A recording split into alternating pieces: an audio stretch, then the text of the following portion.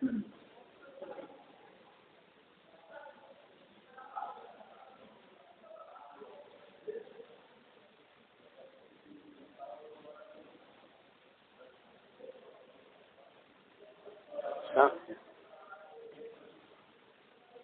د ویلو شرکایت چې دغه علم ته وایي علم کلام. وجه تسمیه دا ده چې لأنه اشهر مباحثي دا کلام مسله چې دا صفات دی واجب تعالی نه ده، ازلی ده، چې مصداق قرآن پاک ده کنه دا کلام حدیث ده چې مصداق قرآن پاک ده. نو معتزله و چون کې ویلو چې دا حدیث ده کلام لفظي ده. اهل سنت وایي چې کلام مصداق قرآن پاک ته دا صفات دی واجب تعالی نه ده، ازلی ده. دا مسله اشهر المباحث و په یو دور چې ا دور د متکلمینو او د مخالفینو چې خوارج معتزله دي. نو تسمیه د فن وکړه په علم کلام، تسمیه الکل باسم اشهر المباحث. مباحث ډیرو ادا پکې مشهور باسو. اوس غرض د شرکایت یو وجه تسمیه و او ترجیح بیانوله تسمیه پر ځکه تسمیه په وجه مبني ده چې وجه د ترجیح وي او وجه د ترجیح شریعت ده. دومره وجه دا ده چې شرکایت مقصد دا ده چې د علم کلام په مباحث متعدده او تنبیه ورکړي، ځکه اشهر مضاف کا مباحث ہوتا. نو اشهر اضافت مباحث ته دلیل دی چې مباحث متعدد دي، بعض پکې مشهور دي، بعض پکې غیر مشهور دي. دا کلام مسله چونکه مشاهیر نه و ځکه فن پر دا تسمیه مختصر کړه او د فن ته علم کلام ویل. نو یو وجه د ترجیح تسمیه پر و یو تعدد مباحث باندې شرکایت تنبیه ورکړي. دوا دریم په دې تنبیه ورکړي شرکایت په دې عبارت کې چې په دې مباحث متعدده او کې بعض اشهر بعض غیر اشهر دا درې مقاصد وو. اوس معترض اعتراض کوله چې شرکایت چې وجه تسمیه وایي نو دغه عبارت په ځای بل وجه تسمیه هم کېدای شي دغه کلام پر چې کلام ولې د فن ته وایي لأنه مباحث، ځکه مباحث د فن کلام ده، ځکه کلام ورته وایي تسمیه الفن باسم المبحث. دا د فن تسمیه ده په نام د باس سره، لأنه مباحث دا مباحث د فن دي دا کلام وال، ځکه ټول فن ته کلام وایي تسمیه الفن باسم الباحث. دا وجه تسمیه ول نه وایي، حالانکه دا وجه دي ترجیح ګرځي. خیالي جواب ته اشاره کوي. خیالي وایي چې د شرکایت ډېرې دعوې دي. یوه دعوه خو وجه تسمیه ده، دومره دعوه دا ده چې فن پر ډېر مباحث دي سوا د کلام نه. دریمه دعوه دا ده چې بعض اشهر بعض غیر اشهر. دا ډېر دعوې ده په لاس کې. یشیر الی ان المباحث کا علامه شرکایت اشاره کوي پر خپل عبارت ته اشهر مباحث کې دیته چې د فن پر مباحث یو خرام ستا لکه دا باستا چې کلام نور مباحث هم ستا. نو په تعدد د مباحثو یې تنبیه ورکوله سره د وجه تسمیه نه. او وجه تسمیه وجه د رجحاني دوا بل په دې تنبیه ورکوي چې بعضې مشهور بعضې غیر مشهور. نو په دغه عبارت سره چې ته وایې چې لأنه مباحثو دا درې وړه فوت دی، صرف نفس تسمیه ټیکه څه خو نور درې وړه خبرې فوت دی. کومې درې؟ یو خو مقصد د شرکایت تنبیه ده په تعدد د مباحثو، نو څه په تنبیه نه کړه ور چې که دا وایي چې لأنه مباحثو دا دی نه کلام مباحث دي، کلام تعدد د مباحث خو نه راغله. یو نقطه شرکایت خو دا دوا وایي چې ډېر مباحث دي. دوم دا چې شرکایت وجه د ترجیح د تسمیه ته اشاره کوي. نو وجه د ترجیح خو اشهر ده، دا شریعت ته باس دا وجه د ترجیح ده.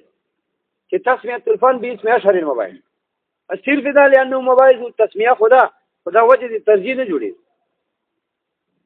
دوا بل سره قاعده مدعا دا وا چې مباحث ډیرو کې بعض اشهر بعض غیر اشهر دي په دې تنبیه نه راځي ځکه ویل یشیرو سره قاعده په خپل عبارت کې داوا کوي اشاره کوي دیتا اعلان له مباحث اخرى چې د فن پر ډیر مباحث دي په ډیرو مباحثو کې اوس دلته واجب کې پیش ډیر دی یو دا په ډیرو تنبیه نه د لانه مباحث چې وای وجه دي تسمیه ده على سبیل الترجیح شریعت دا فوت بل تنبیه په دې ده چې بعضی مشهور بعضی غیر مشهور دي دا فوت اوس په دې بل سوال په خیالي پټ چې خیالي دغه څه چې وای چې یشیر اعلان له مباحث اخرى ځکه شرکت اشهر مباحث ویل دي دلته یو بل عبارت ده دغه اشاره د شرکت ثابتې هغه دا چې داسې وایي چې لانه مم مباحث د فن علم کلام ولې وایي لانه مم مباحث دا بعض د مباحث د فن بیا تنبیه په تعدد قران کنه چې کمینه تبیزی په داخل کې مینه تبیزی خو کل متعدد غواړي تعدد رااله چې لانه مم مباحث دا کلام مسله چې دا بعض د مباحث کل د علم کلام نه مباحث دې دي هو پکې دا ده نو تسمیه هم ټیکه شوه چې تسمیه الفن باسم البعض یوه تعدد باندې تنبیه رااله چې ډېر مباحث دي بعضې پکې دا دي لانه مې مباحث نو تعدد هم رااله سره د وجې تسمیه موږ وایو چې صرف دا نه وکنه چې تعددي نفس التسمیه وجه بیان تعدد به ثابته وجه تسمیه به ثابته على وجه الترجیح ترجیح خو په شریعت کې ده په نفس دي کې خو نه چې بعض ده بعض خو نور دي کلام باز نور باز دي د خو مترجم په اعتراف کې چې کلام ورته ځکه ده بعض مباحث نه بعض خو نور دي بیا هغه نمونه ورته وای کنه بعض مباحث نه مسله د قبر ده بیا خو دې فن قبر وای یا مسله د جهنم ده بیا خو هغه نام په وځه کوه چې نفس دا چې دا بعض مباحث نه ده بعض خو ډیر دي نو تعدد خراله لانه می مباحث کې تعدد سره وجه تسمیه ورایي ترجیح نه رااله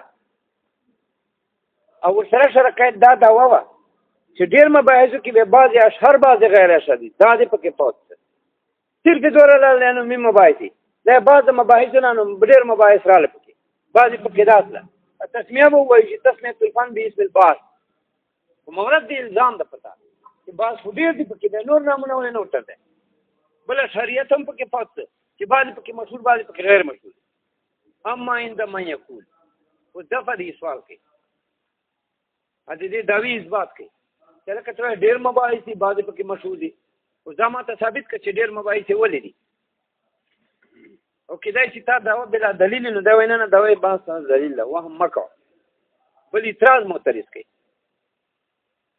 چې ډیر مباحث چیرته دي سره ډیر مباحث خو نه دي ولې نه دي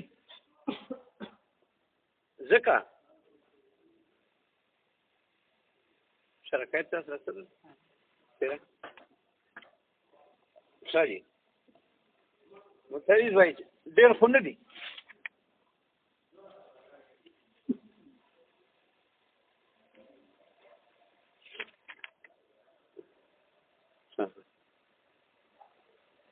ولې ځکه چې موجود علم کلام خو ذات صفات دي دا د علم کلام موضوع ده چې دا باس کې ذات سبحانه هونه په دې تور چې ذات ته واجب تعالی موضوع دي مسلې ګرځي هغه ته محمولات ثابتې صفات دا نه موضوع دي مسلې صفات هم دي صفات ته ثابتې احکام د ضرورت یا د ازلیت نفي د حدوث نو ذات موجوده صفات ورته ثابتې صفات موجودي احکام ورته ثابتې د قدم د نفي د حدوث د ازلیت سره د اختلافاتونه نو خدا ذات صفات موجوده کنه کلام په صفاتو کې داخل ده به چې کلام په صفاتو کې داخل ده خدغه صفات سره نور موضوعات چیرته دي چې ته ویل انه اشهر مباحث دا کلام پکې اشهر د مباحث نه ده، نو مباحث خو ټول د صفاتو دي. بیا چې ټول د صفاتو دي نو بیا څرنګه دا پکې اشهر اصلا نور مباحث پر راغله، خو دغه ذات صفات موضوع سره دا مسلې سره نور مباحث خو نه راغله. کلام او صفاتو کې داخل ده، خدا خو د صفاتو بحث. بیا چې صفاتو بحث نو نور مباحث چیرته ځکه موضوع نه خو عدول جایز نه ده، موضوع خو ذات صفات، کلام صفات نه خو دغه صفاتو بحث. نور ډیر مسائل چیرته راغلي چې ته وایې چې دا اشهر د مباحث نه نور ډیر دي، دا جواب دی. دی وایي چې اصل چې داسې ده چې بعض خلک وایي چې موضوع د علم کلام مطلق موجود ده، بعض وایي چې موضوع د علم کلام مطلق معلوم ده، بعض وایي چې موضوع د علم کلام ذات واجب تلا ذات مخلوق دواړه ده. خو دا یو حیثیت زائده ورسره لګي، که څوک مطلق موجود وایي حیثیت زائده ده چې دینی عقیده ثابت دی. که څوک مطلق معلوم وایي قید دا لګي چې هغه معلوم موضوع د علم کلام چې دین عقیده ثابت دی. که څوک بیا ذات مخلوق ذات خالق دواړه موضوع وایي بیا هم دا قید ورسره لګي چې عقیده دینی ورسره ثابت دی د مخلوق کې. لہذا اوس ثابته شو چې موضوع خو عامه ده، مطلق موجود ده، نو ذات صفات پکې راغلي، ډېرې مسلې پکې راغلي، قبر مسلې، حشر نشر، جهنم، دا ټولې پکې راغلي. نو پته ولګېده چې لأنه من اشهر مباحث ډېر دي، دا پکې مشهور ده. سوا د ذات صفات نور ډېر مباحث. که څوک بیا دا وایي چې موجود علم کلام ذات صفات دي، نو دلته ذات صفاتو کې چې کوم صفات دي دا صفات مطلق دي، دا صفات مطلق دي په دې معنی چې دا صفات ذاتی وجودي هم دي، دا صفات ذاتی وجودي باندې اطلاق کړي. صفات ذاتی وجودي چاته وایي چې وجودي صفت لکه علم قدرت، ذاتی دا معنی چې صرف موصوف صفت چاته اضافت پکې نه معتبر لکه قدرت علم، دا صفات ذاتی دي، صرف د ذات سبحانه وتعالى صفات دي، مضافه نه غواړي لکه تاسو شرکایت وغیرہ نور چې ویل سلم کې. او وجودي صفات دي، بعضی صفات سلبي وي لکه انه تعالی ليس بجوهر ولا عرض، بعضی صفات الافعال چاته صفات اضافي وي، دا هغه صفات دي چې مضافه لکه حیا ماتت کی اضافت غیر ته معتبر، چې حیات زید حیات ته حیات ته ما دې ته اضافت معتبر، یا موت ته موت ته ما اماتت. دا صفات څه دي؟ دا صفات مطلق دي. چې کله صفات مطلق سره اوس ګوره یو د ذات صفات ذاتیه او باسونه دي، ایو صفات سلبی ذاتی دي، صفات افعالی دي، هغه صفات هم پکې داخل دي. نو دوه نمونه مباحث راغلي، یو خو د ذات صفات ذاتیه وجودیه او مسله سره دا یو مبحث دی. ایو صفات مطلق سره چا صفات اضافي ہوتا وای، صفات فعلیه ہوتا وای، آپ کې نور مباحث دي. لکه بعضی صفات فعلیه نه نبوت مسله ذکر کړل، امامت مسله، نبوت به معنی الانباء یعنی بل شخص نبی ګرځول، امامت دا معنی چې بل شخص امام جوړول، دا د خدای صفات او افعالیه نه. نو اصل صفات سلبی مو ډیر راوړي. نو اصل کې صفات ذاتی وجودي دغه صفات چې ذکر دي، دا صفات دا ذات صفات موضوع چې ذکر ده، دغه صفاتونه صفات مطلق مراد. صفات مطلقو کې ذاتی هم ستا، سلبی هم ستا، فعلی هم ستا. نو بعد مباحث دي صفات ذاتیه دي چې هغه کې کلام مسله ده. بعض مباحث دي صفات سلبیه او دي صفات فعلیه دغه ول دي، دا کې نور مباحث لکه مثلا نبوت مسله سره، امامت مسله دا ویل. اما عندما يقول بعض چې وایي لأن موضوع عام من ذاته تعالى وصفاته، چې موجود علم کلام عام د ذات صفات ده فظاهر ده ډېر مباحث دي، ذات صفات ول دي نور دي. واما عند غیر یاتی پنځ غیر دی هغه ته ذات صفات نه عام نه وي بلکې ذات صفات موضوع وي. فلأن صفة المطلقة عندهم هي صفة ذاتية الوجودية، دا صفت مطلق تی په ذات صفاتو کې کوم صفات ذکر دا مطلق تی، دا هي صفة ذاتية الوجودية. ولذا لم يعدوا مباحث الاحوال والافعال والنبوت من مباحث صفات. صفت مطلق تی ذکر تی نو دغه صفاتونه صفات ذاتی مرادی. نو صفت مطلق نه مراد صفت ذاتی وجودی دي. په دې توحید صفت کې چې کوم صفت ذکر ده دا یو نمونه مباحث ده. چې ذات صفات موضوع کې کوم صفات ذکر دي دا صفات مطلق دي، ذاتی ته وایي او سلبي ته وایي فعلی ته وایي. نو آپ کې عام سو نبوت امامت ته شامل. اما عند غیر یاتی پنځ غیر دي ان صفت المطلقه صفت مطلق پنځ دي یا صفت ذاتیه الوجودیه دا صفت ذاتی وجودی ده. نو صفت مطلق چې د توحید په مقابل کې د توحید صفات مباحث چې په هغې کې کلام ده دا صفات ذاتی وجودي دي او په موضوع ذات و صفات کې چې کوم صفات عام مطلق دي. ولذا لم يعدوا مباحث الاحوال والافعال والنبوه والامامه مباحث صفات. چونکه صفات مطلقاً صفات ذاتی وجودي دي په توحید صفاتو کې نو دا مباحث صفات سلبیه یا مباحث صفات الافعال یا مباحث نبوت امامت چې دا صفات الافعال ته چې دا دو په صفاتو کې نه دي راوړي، حالانکه صفات خو دي خو دا دو صفاتو کې نه دي راوړي ځکه صفات اضافي دي صفات فعلي دي. ولذا لم يعدوا دي وجه دونې دي شمېرلي مباحث احوال مراد صفات سلبي والافعال صفات فعلي نبوت امامت من مباحث صفات دا صفات مباحث نه دي ګرځولي. وان رجع الكل الى صفت ما اگر که کل یو صفت ما تراجی دي ځکه احوال صفات سلبیه او تراجی دي افعال صفات فعلیه او تراجی دي. نبوت امبا په معنی سره ده، امامت جعل نسب الامام په معنی سره ده، دا واجب طلا مقرره دا شیعه مذهب په بنیاد دا صفات الافعال دي. اوس ګوره جواب حاصل لاته چې ذات صفات چې موجود علم کلام ده دا صفات ذاتی دي. موږ خبرې ته غوړو نسل سره که څوک وایي چې موجود علم کلام ذات صفات دي دغه صفات نه صفات ذاتی مراد دي. ځکه توحید صفاتو کې توحید ور سره ذکر کړل ده. توحید صفات ذاتیونه د پدې اشعار ده چې دغه صفات نه مراد صفات ذاتی دي ځکه توحید ور سره ذکر کړل. نو صفات ذاتی سره په شرع قاعده په علم کلام کې خو صرف صفات ذاتی نه بیانې، احوال بیانې چې صفات سلبي دي، افعال بیانې چې صفات افعال دي، نبوت امامت مثلا بیانې چې دا صفات او افعال نه دي. نو دا ډېر مباحث لیکل ځکه ذات صفاتو کې صفات ذاتی راغله، دا احوال صفات سلبي وغیرہ دا صفات نور ده سلبي فعلي وګرځنه خو ډېر مباحث لیکل ځکه ویل واما عند غیر چوک چې علم کلام موضوع ذات صفات وایي فلان صفات المطلقه عندهم صفات مطلقه دوپنی صفات ذاتی وجودي ته وایي.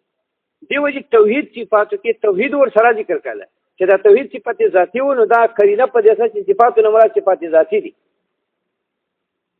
چې دا صفات ذاتی سره اوس په علم کلام کې خو سوا دي صفات ذاتی او نور ست کنه چې دا ست احوال صفات سلبي افعال صفات فعلی نبوت امامت صدام صفات فعلی او تراجی دي پنځ دي شیاو پنځ اهل سنت دا فعل مکلف ده په عبادت دا ضروری ده چې دوی د امام مقرره نبی هونه امام به مقرره نه دا دي فقه مسله ده. بیا فلان نور ډیر علم کلام والی فکر علی فقه والی فکر علی نو ځکه ډیر مباحث ده. خو ځکه وایي فلان صفات مطلق دوپنی صفات ذاتی وجودی ده ولذا دی وجنا چې صفات ذاتی وجودی په موضوع علم کلام کې مراد ده دی وجنا توحید څخه ور سره ځات کړه چې دا قرینه دي دا چې دا صفات ذاتی دي چې دا خپل صفات ذاتی ده خپل دی وجنا ندی لم يعدوا ند د شمیرله مباحث الاحوال باس صفات سلبیه ولا افعال صفات فعلیه والنبوتم د خدای صفات ته یعنی نبی مقرره ول والامامت امام مقرره ول دا صفات فعلی دي. می مباحث صفات دا صفاتو کې نه دي شمیرل کاندي صفات خودي صفات سلبي صفات دي صفات فعلی صفات دي دغه نبوت صفات نه ده امامت صفات نه ده صفاتو کې نه دي داخل کړي. معلومه سو چې دا مخکې موضوع ذات او صفات کې صفات نه چې مراد دي صفات ذاتی وجودي خو بس صفات ذاتی وجودي وډل اصله صفات سلبیه دا بل ډول اصله. وین رجع الكل الى صفت ما اگر کټولي و صفات ته راځي دي کنه شو صفات سلبي دي چوک فعلی دي على ان الامامه انما من الفقهيات علاوه دا وایو چې د امامت مسله څه ده دا فقهي مسله ده. موږ په نسبت باندې امامت مسله ده چې نسب الامام واجب على العباد امام حاکم به عباد مقرره بادشاہ نو چې دای فقه مسله سره نو بیا خو هم ظاهر سره کنه چونکې صفاتو مسلې دي چونکې فقه مسلې دي نو ډېر مباحث له پکې چې ډېر پکې رااله نو دا پکې مشهور ده دا کلام ځکه علم کلام علم کلام صحیح مگر علاوه دا چې امامت تکیاتونه ده مگر په دې باندې شو دین ته ځان نه اشتباه هوت نه